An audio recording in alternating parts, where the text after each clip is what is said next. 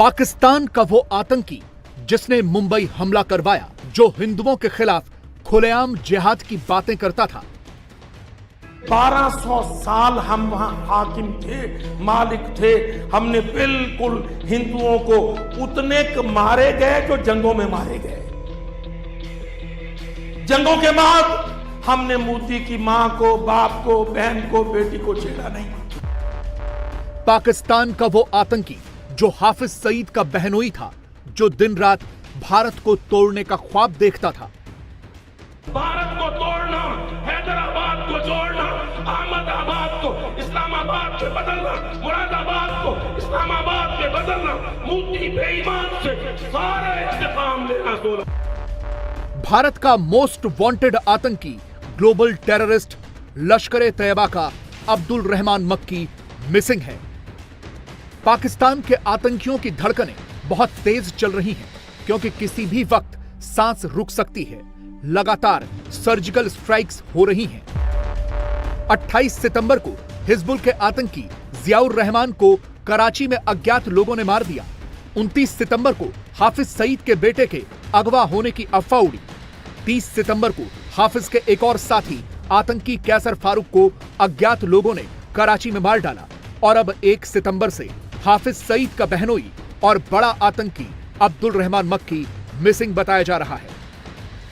और पाकिस्तानियों को एक बार फिर से रॉ की याद आने लगी है। पाकिस्तानी पूछ रहे हैं, हमारे आतंकियों को एक एक करके कौन निशाना बना रहा है? हमारे आतंकियों को पाकिस्तान में ही घुसकर कौन मार रहा है? क्या हमारे आतंकियों को भारत की रॉ मार रही है? क्या भारत की रॉ मुंबई हमलों का बदला ले रही है? क्या रॉ पाकिस्तान में ऑपरेट कर रही है? क्या उनके यहाँ पे कोई ग्रुप्स हैं? क्या उन्होंने किसी की सर्विसेज ली हुई हैं? क्या वो थर्ड कंट्री से ऑपरेट कर रहे हैं? सवाल ये उठ रहा है कि ये किसने मारा, क्या हुआ? क्या दूसरे मुल्क की एजेंसीज जो हैं वो मुल्क के अंदर वो जो हम कहते हैं रा की साजिश, कोई ऐसा मामला है? और ये सारे का सारा ग्रुप जो कश्मीर के हवाले से बड़ा मशहूर रहा है, और ये आहिस्ता आहिस्ता चुन चुन के मारे जा रहे हैं। मक्की लापता है, लेकिन पाकिस्तान की मीडिया में सन्नाटा है। यह मक्की का आखिरी वीडियो बताया जा रहा है, जो 26 सितंबर का है। इसमें मक्की पाकिस्तान के गुजरावाला में डिस्ट्रिक्ट बार एसोसिएशन के कार्यक्रम में शामिल हो रहा है। सोचिए, संयुक्त राष्ट्र द्वारा ग्लोबल आतंकी घोषित होने के बाद भी अब्दुल रहमान मक्की खुलेआम ऐसे कार्यक्रमों में शिरकत कर रहा था, लेकिन इसके बाद से मक्की का पता नहीं चल पा रहा। 26/11 को मुंबई में हुए हमलों में अब्दुल रहमान मक्की की बड़ी भूमिका थी। अब्दुल रहमान मक्की ने आईएसआई के अधिकारियों के साथ मिलकर अटैक की प्लानिंग की थी। मुंबई हमलों के लिए हमलावरों का चयन भी अब्दुल रहमान मक्की ने ही किया था। पाकिस्तान अधिकृत कश्मीर में चल रहे अपने आतंकी कैंपों से मक्की ने हमलावर चुने थे।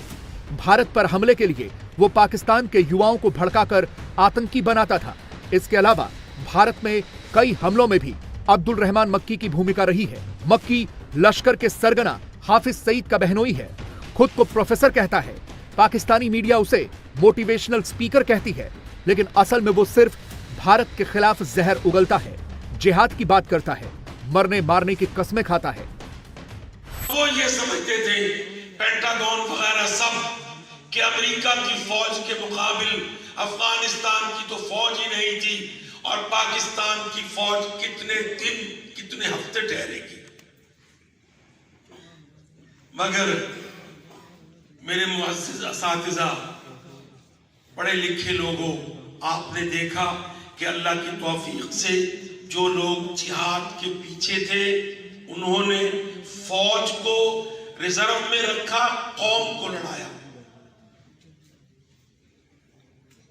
कौम को तैयार कर दिया। फौज को फौज से लड़ने नहीं दिया, कौम को लड़ाया फौज से। अल्लाह की कसम, दुनिया ने देखा कि पाकिस्तान के अंदर बिहम्दिल्लाह जमात ने कौम को खड़ा किया। आयतें पढ़ पढ़ के, हदीसें पढ़ के, जलसे करके, नौजवानों को तैयार करके 22-23 करोड़ की कौम को अमेरिका की फौज के सामने खड़ा कर दिया। इसी साल जनवरी में भारत के कहने पर संयुक्त राष्ट्र ने मक्की को एक ग्लोबल टेररिस्ट घोषित किया था, लेकिन इसके बावजूद मक्की पाकिस्तान में खुलेआम घूम रहा था। यूएन में मक्की के गुनाहों की फेहरिस्त में साफ साफ लिखा है कि उसने भारत पर आज तक कितने हमले करवाए और उसमें भारत को क्या क्या नुकसान हुआ। 22 दिसंबर सन 2000 में किया गया लाल किले पर हमला, जिसमें लश्कर के 6 आतंकियों ने हमला किया था। 1 जनवरी 2008 में रामपुर में लश्कर के आतंकियों ने सीआरपीएफ के एक कैंप पर हमला किया था, जिसमें 7 सीआरपीएफ के जवानों की मौत हुई थी। 26 नवंबर 2008 में किया गया मुंबई हमला, जिसमें 10 पाकिस्तानी आतंकवादियों ने हमला किया। आतंकी आमिर अजमल कसाब जिंदा पकड़ा गया।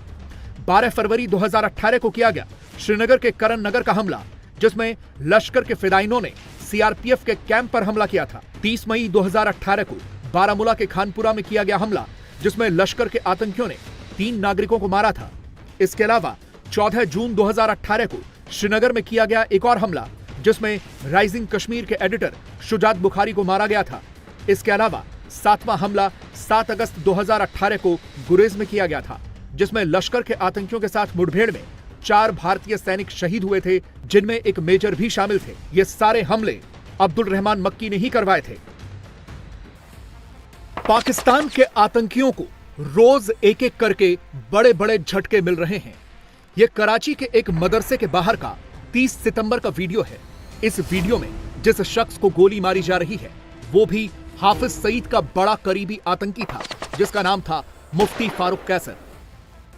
इसी ने मुंबई में हमला करने वाले आतंकियों को कराची के अपने मदरसे में शरण दी थी, लेकिन 30 सितंबर को मारा गया। अब पाकिस्तान के सिक्योरिटी एक्सपर्ट चर्चा कर रहे हैं कि यह करवा कौन रहा है। पाकिस्तान में फिर से रॉ का खौफ दिखाई दे रहा है। जो 26/11 के मास्टरमाइंड, जो हाफिज सईद के मेन एक जो सपोर्ट मैन था, उसको कराची में जब वो कत्ल कर दिया गया है। मुफ्ती कैसर फारूक इनका नाम है, लश्कर तैयबा के थे और हाफिज सईद के बड़े करीबी साथी समझे जाते हैं। ये एक इम्पॉर्टेंट इंसिडेंट है। इसकी वजह ये है कि कुछ क्वेश्चंस इससे इमर्ज होते हैं। क्या रॉ पाकिस्तान में ऑपरेट कर रही है? क्या उनके यहाँ पे कोई ग्रुप्स हैं? क्या उन्होंने किसी की सर्विसेज ली हुई हैं? क्या वो थर्ड कंट्री से ऑपरेट कर रहे हैं? वो कहाँ से और क्या कर रहे हैं? और इस हवाले से पाकिस्तान की जो लॉ इन्फोर्समेंट एजेंसीज हैं, पुलिस जो है, they have not come up with any news. इससे पहले आपको याद होगा कश्मीर में एक हाफिज सईद के ग्रुप से एसोसिएटेड एक पर्सन थे, जिनको कत्ल कर दिया गया था मस्जिद के अंदर। सवाल ये उठ रहा है कि ये किसने मारा, क्या हुआ, क्या दूसरे मुल्क की एजेंसीज जो हैं वो मुल्क के अंदर वो जो हम कहते हैं रा की साजिश, कोई ऐसा मामला है? और आपको पता है अफगानिस्तान की तरफ से और टीटीपी की तरफ से तो जो हमले हुए उसमें 60 लोग मरे। तो सर क्या पाकिस्तान अंडर अटैक है? ना सिर्फ वो बल्कि एक और मर्डर लाहौर के अंदर भी हुआ था, उसके बारे में भी समहाउ लोग ये समझ रहे हैं कि शायद ये भारतीय एजेंसी जो है इसके पीछे इन्वॉल्व है। जो एक सरदार साहब मर्डर हुए हैं लाहौर के अंदर, उनके बारे में भी, और खासकर ये जो आप जिसकी बात कर रहे हैं, जो हाफिज सईद साहब के साथ जो मुंबई अटैक में जो इन्वॉल्व थे, इनकी इन्वॉल्वमेंट थी, उसके बारे में लोग रा की बातें कर रहे हैं। मैं समझता हूँ ये किसी चीज से जान छुड़ानी हो तो ये सबसे आसान तरीका है कि रा का कह दिया तो बात खत्म हो गई। असल में पाकिस्तान में भारत के दुश्मन आतंकवादी लगातार मारे जा रहे हैं, इसीलिए पाकिस्तान में ये सवाल उठ रहे हैं। इंडियन एयरलाइंस के विमान IC-814 का हाईजैकर जहूर मिस्त्री पिछले साल कराची में मारा गया। नवंबर 2022 में खालिस्तानी आतंकवादी हरविंदर रिंदा पाकिस्तान के लाहौर में मारा गया। जनवरी 2023 में लाहौर में खालिस्तानी आतंकी हरमीत सिंह उर्फ हैप्पी की हत्या हुई। 6 मई 2023 को लाहौर में ही एक और खालिस्तान कमांडो फोर्स का चीफ परमजीत सिंह पंजवड़ मारा गया। 8 सितंबर को लश्कर के कमांडर रियाज उर्फ अबू कासिम कश्मीरी की पीओके के एक मस्जिद में हत्या हुई। 28 सितंबर को कराची में हिजबुल का आतंकी जियाउर रहमान मारा गया और अब 30 सितंबर को कराची में लश्कर का एक और आतंकी मुफ्ती कैसर फारूक मारा गया है। ये सारे का सारा ग्रुप जो कश्मीर के हवाले से बड़ा मशहूर रहा है और ये आहिस्ता आहिस्ता चुन चुन के मारे जा रहे हैं। और मुझे नहीं पता इस हवाले से हमारी जो रियासत है, स्टेट की इंस्टीट्यूशंस हैं, उनकी क्या पॉलिसीज़ हैं, इस पे क्या बात हो रही है? क्या ये वाकई एक ऐसा ग्रुप, ऐसे लोग हैं जिनको अगर मारा जा रहा है, सिस्टमैटिक मारा जा रहा है, और क्या इसमें भारत इन्वॉल्व है, कौन है ऐसे, लेकिन कुछ समझ नहीं आ रही। रॉ जो है वो पेनिट्रेट कर चुकी है पाकिस्तान के मुख्तलिफ एरियाज में। They may not be operating directly, but obviously they may be using someone from within the rank and the system. कुछ ना कुछ लोगों को अंदर से इस्तेमाल किया जा रहा है, विच इज़ वेरी डेंजरस। ये बहुत डेंजरस ट्रेंड है। ये इस तरह डेंजरस ट्रेंड है कि आप किसी बंदे को भी मार दें और वो आपस में आपको लगेगा ही नहीं कि इसके पीछे कौन है, क्योंकि वो तो एक पाकिस्तानी ने एक पाकिस्तानी को मारा, एंड देन उसने क्यों मारा शायद उसको भी ना पता हो, लेकिन उसने मार दिया, या उसको पता है मैं किसको मार रहा हूँ, लेकिन पीछे उसका हैंडलर कोई और है। वो कैसे हो रहा है, किस तरह हो रहा है, ये that's a very alarming situation है। खबर तो यह भी है कि इन घटनाओं के बाद हाफिज सईद बहुत ज्यादा डरा हुआ है। उसे टेरर फाइनेंसिंग के केस में जेल की सजा सुनाई गई है। जेल में भी वो पूरी मौज से रह रहा है, लेकिन अब खबर है कि अपने आतंकी साथियों की टारगेटेड किलिंग के बाद वो बहुत ज्यादा डरा हुआ है। जेल में ही हाफिज सईद की सुरक्षा बढ़ा दी गई है। इसके अलावा हाफिज के दूसरे बेटे तलहा सईद की भी सिक्योरिटी में इजाफा कर दिया गया है। हाफिज के एक और बेटे कमालुद्दीन को आईएसआई ने किसी सुरक्षित ठिकाने पर पहुंचा दिया है, लेकिन अब हाफिज के सबसे प्रिय आतंकी और बहनोई अब्दुल रहमान मक्की के गायब होने की खबर ने तो उसकी नींद ही उड़ा दी होगी। कुल मिलाकर पाकिस्तान में कोहराम मचा है। मुल्क तो पहले से ही बर्बाद था। आतंकियों की हिफाजत करते करते अब फौज भी बर्बाद हो गई है। देखिए, इनको घूम फिर के भारत पहुंचने की बजाय रावलपिंडी पहुंचना चाहिए, जिनकी पॉलिसियों की वजह से ये सब कुछ हो रहा है। टीटीपी भी कुछ नहीं है, दाइश भी कुछ नहीं है, और जिनको ये भारत कहते हैं वो भी कुछ नहीं है। वो सब इनकी पॉलिसियों का किया जा रहा है। अनफॉर्चुनेटली पाकिस्तान को इन्होंने खुद ही एक जहन्नमज़ार बना दिया है, जिसमें एक दूसरे के ऊपर इल्ज़ाम लगाते रहते हैं। फर्ज कीजिए अगर भारत है, जैसा कि ये कहते हैं, ये तो हर मामले के पीछे कहते हैं ना भारत है, तो वो भारत के इनको यूज कर रहा है। फर्ज कीजिए अगर भारत भी है तो इन्हीं के पैदा करदा लोगों को यूज कर रहा है ना। तो सारी जिम्मेदारी जो है वो अल्टीमेटली रावलपिंडी पे पड़ती है।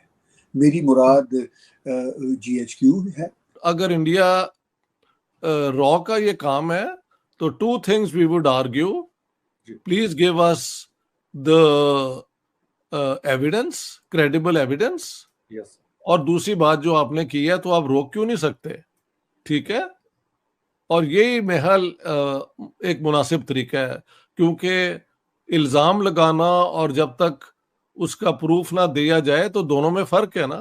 ये बहुत बड़ा राव जो है शोर इंडिया और कनाडा के दरमियान भी यही है कि अगर इल्जाम है तो उसका प्रूफ भी दीजिए, और अगर प्रूफ है तो उसकी रिस्पॉन्सिबिलिटी फिर किसी तरीके से एस्टेब्लिश हो सकती है। आतंकी चाहे कितने भी गायब हो जाएं, लेकिन भारतीयों को सुकून तब मिलेगा जब लश्कर तैयबा का सरगना हाफिज सईद, जैश ए मोहम्मद का हेड मसूद अजहर, हिजबुल मुजाहिदीन का सैयद सलाउद्दीन और भारत का मोस्ट वांटेड दाऊद इब्राहिम मारे जाएंगे। इंडिया टीवी हर वक्त हर जगह डाउनलोड करने के लिए सर्च करें India TV news Google play store या ऐप स्टोर पर।